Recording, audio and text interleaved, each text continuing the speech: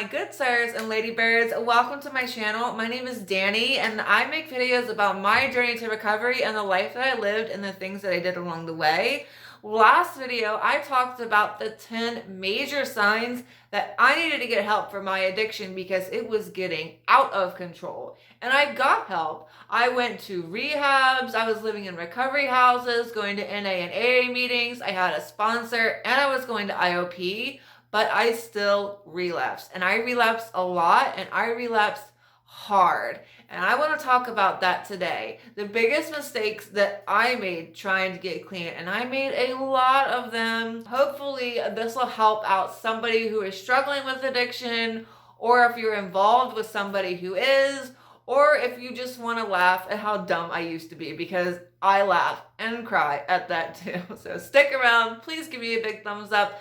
Leave in the comments down below what you think about this video, and if you subscribe, you'll be notified whenever I upload a new video. The dumbest thing about all of the mistakes that I made getting clean they were mistakes that I was warned against. I was one of those people that always thought that they were smarter than everybody else, more special than everybody else, that the rules did not apply to me, and this made everything so much harder for me. And I really wish that I had just shut up, put my ego aside, and taken the advice that was given to me, because I would have been clean a whole lot sooner if I had. So the number one biggest mistake that I made getting clean is lying to myself. So I lied to myself about how bad an addict I was the whole time I was in jail, my first rehab stint, my first days in recovery houses, my first NA, AA sponsor experience, my second rehab attempt, and then when I got out and I relapsed and I got so bad, I finally had to admit that I was an addict. It took that long. It really did. And it's so embarrassing to look back on it. And I could have saved myself so much trouble if I had just been honest with myself from the jump. But I couldn't. I couldn't because honestly, I was so scared. I had been an addict for over 10 years at that point. It started off with Percocets and then it accelerated into heroin. And it wasn't just heroin. It was a lot of cocaine, a lot of meth and Xanax and alcohol, but it was all I had known for 10 years. So admitting that I was an addict meant that I was going to have to change, and I was terrified of that change. I didn't know who I was going to become or what that life was going to be like or what I was going to have to do. I was so scared, and I let that fear hold me back, and I let myself stay an addict. And this is what I did. This is how I rationalized my behavior to myself. Are you ready? I was only physically addicted. That's what I told myself, right? I told myself I only have a physical dependency. That is it. Everything else, all the other problems, they'll just go away because I won't have to take care of that physical dependency every day, and everything will be fine. Everything will be great. I'm not an addict, I'm just physically dependent on the drug, okay? And not only was I telling myself that the whole time, but I was also saying that once I got over that physical dependency, that I could still use. I thought that I would still be able to use perks and coke and drink, and I'm not a normal person. I admit that now. I'm an addict, and that is addict thinking, but that is the biggest mistake that I made getting clean, is I couldn't admit that I was an addict. Another big mistake that I made was people, places, and things. And they talk about this a lot in NA and AA, and they do that for a reason, because these three things tie you to your old addict self and those behaviors that came with it. And if you stay tied to that, you will end up relapsing. When you go to rehabs or when you get into recovery, they most frequently will tell you, let me know if this is true for you as well, to break up with your significant other, because chances are if you're an addict that they're an addict too, and my boyfriend at the time was. Surprise, surprise, surprise. But of course, being me, I didn't listen to them. I didn't follow their advice. I thought I knew better. I loved him. He loved me. We were going to make it. He actually directly led to one of my relapses. So I was staying in a recovery house and I got kicked out for not following the rules. What a surprise. And when you get kicked out, they give you like a 3-day suspension period after which you can come back. And I was gonna spend that time with my boyfriend. So he came and picked me up on his motorcycle and away we went. And within like a minute of seeing him, I knew that he was high and I knew that he had drugs on him. I think it's like part of our addict like hindbrain is that we can recognize people that have drugs or are on drugs.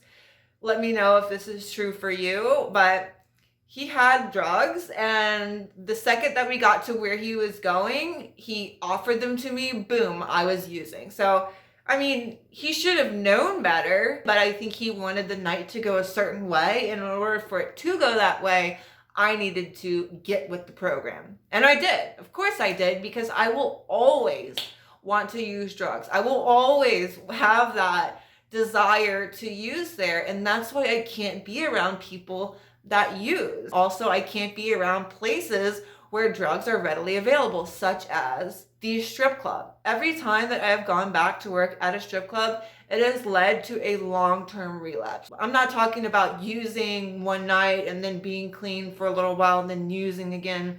I'm talking about me, Danny, back in full-blown addiction, using heroin every day. Every time I've gone back to the strip club, that has happened. That place is not good for me because it ties me too closely and too tightly to that old addict drug self. And I can't work there. That is a place, one of the places that I can't be if I want to stay clean. And as for things, this is like a broad category. Like it can be anything from my stripper shoes or certain smells or watching film or talking to people or anything that triggers that desire to use, you need to stay away from. And of course, I didn't. Why would I? I'm special. The rules don't apply. Another mistake I made was that my expectations of what sobriety was going to be like were way too high. So when I went to jail and into rehab, when I got sober for the first time in basically 10 years, I was living at the time of my incarceration in a little dorm room on the backside of the racetrack. I'll link the video of that up there. I was living in like a 10 by 10 or 12 by 12 little cinder block dormitory that had like one window, one door. I had like a little cot that I slept on. I was living and had been living out of for 3 years at the time, a duffel bag. I had no furniture, and I had a pile of about 200 or 300 books. I've always been a big reader. And that was it. That was it. That's all I had. And on top of that, I didn't have a driver's license. I didn't have a car. I had a motorcycle, but I didn't have a license or insurance for that either. I had all these problems going on. And my expectations of sobriety is once I got over that physical need to buy and use drugs every day, all the other problems were going to disappear, that I was finally going to blossom into this beautiful, carefree creature that I knew I was going to be without the addiction, right? And when that didn't happen, I crumbled. I couldn't stand the pressure. I couldn't stand the reality of all the work that I was going to have to do. Those high expectations really did lead to a lot of trouble and relapses on my part, because every time I came up against that wall of reality, instead of standing up and facing it and dealing with it, I ran away and I used. And let's just wrap this up with one more. Another big mistake that I made was continuing with toxic behavior. So at that time, I was a bulimic, so I've had like body dysmorphia my whole life. I was still purging my food. On top of that, I used to shoplift from stores a lot. I thought this is a victimless crime. I don't have the money. It's not a big deal. I would drive without a driver's license. I would drive without insurance. I was constantly lying to people. I was constantly lying to myself. All these toxic behaviors kept me sick.